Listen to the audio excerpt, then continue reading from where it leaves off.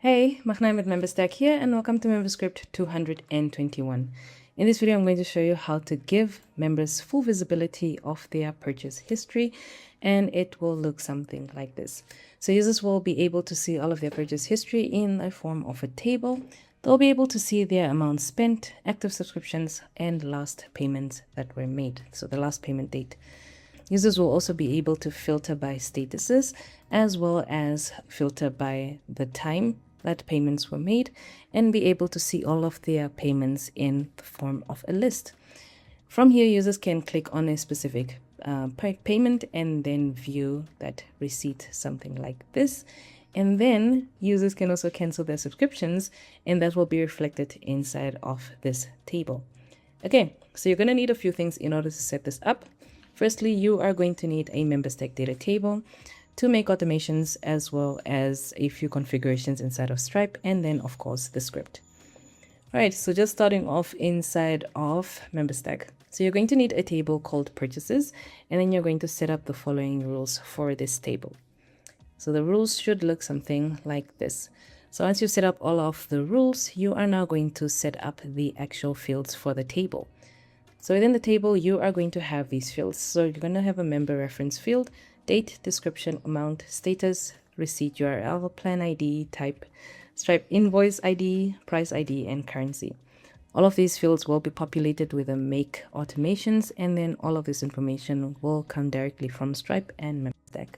All right, so for the automations, you are first going to have an automation that will create a new record inside of Memberstack. So we're going to watch for any checkout events on your site, and then we are going to make a request to Stripe in order to get that invoice. So once you've done that, we'll then list all of the members to find that specific member that made the purchase. So that's what this filter in the middle is for. After that, we are going to get that user's data inside of Memberstack's data tables so that we do not create double records. So firstly, if this record already exists inside of Memberstack, we are going to send that automation over here and essentially going to stop the automation. If the record does not exist, we are going to create a new record inside of Memberstack. And then that record will be populated with all of these values. Within this module, you are going to change your key over here, and that you can find it inside of Memberstack. Okay. So now you've set up your create a new record automation. For your update a record automation, it does something similar where it will watch out for specific events inside of Stripe, find the member that created or that updated a record or updated a plan inside of Stripe. And then we are going to make a request to find that user inside of Memberstack's data table. And then we are going to update the status. So the only thing that changes here is that status of the item that was updated. So over here. So inside of Stripe, what you need to have is two webhooks. So you can find under developers and then click on webhooks, and then you're going to add a new destination. So right now we have two webhooks. So one to create a new record, and then one to update a record. The events we're watching out for the create a new record automation is checkout session completed. And then the update record automation is charge refund updated, charge refunded, customer subscription deleted, and invoice payment failed. Okay, so that is everything inside of make. So we've set up the table inside of Memberstack. The next thing you're going to do is go over to Webflow over here, and you're going to add Memberscript N21, and it should look like this. If you're watching this on YouTube, the link to that code should be in the description below. And if you're watching this on the Memberstack site, then you should have already seen the code. You can either add this site-wide on a specific page, depending on your specific use case, but I do recommend adding it to the page where this portal is actually going to be displayed. Okay, so now on the page, we are going to set up the actual purchase history. So at the very top, we have this button for canceling a subscription, and that just has Memberstack's attributes of data, MS action, customer portal. Now we're going to show the stats for the purchase history. So all of these will be populated with the script. So total spent will have the attribute of data, MS field, total spent. Active subscriptions will have the attribute of data, MS field active count, and last payment will have last payment date. for your filters, we set up filters with a Memberstack or a Webflow custom element.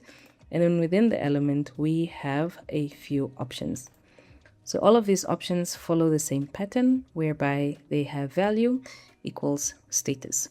So the first one is value all to show all of the statuses. The next one is value paid, which will only show paid statuses, and then refunded, failed, and then cancelled. We follow the same pattern for the date filter, which will have value all for all of the dates. And then for the last 30 dates will be value 30. The last 3 months will be value 90, and then the last year will be year. Okay, so now for the actual container where we're going to show all of the purchase histories. Okay, so the container itself will have the attribute of data MS code list container, and then we have 3 states within this container. Firstly, we have a loading state with the attribute of data MS code list loading.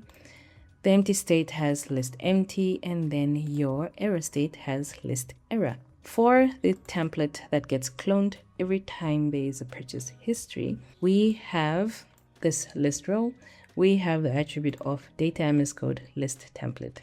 And within that, we just populate the fields from Memberstack's data table. So data MS field date, description will be description, and then amount is amount. Payment type will be data MS field type. Status will be data MS field status. And then view receipt will be data MS field receipt URL. Finally, the last thing we're going to set up is pagination, which will have a container with the attribute of data MS code list pagination.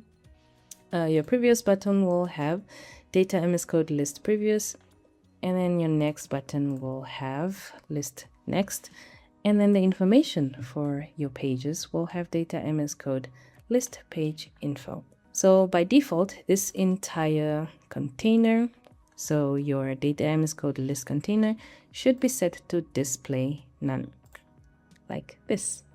Okay, so once you've set all of this up, you now have a way to give members a complete history of all of their purchases on your platform. All right, if you have any questions on this, please feel free to reach out in the Slack 2.0 channel.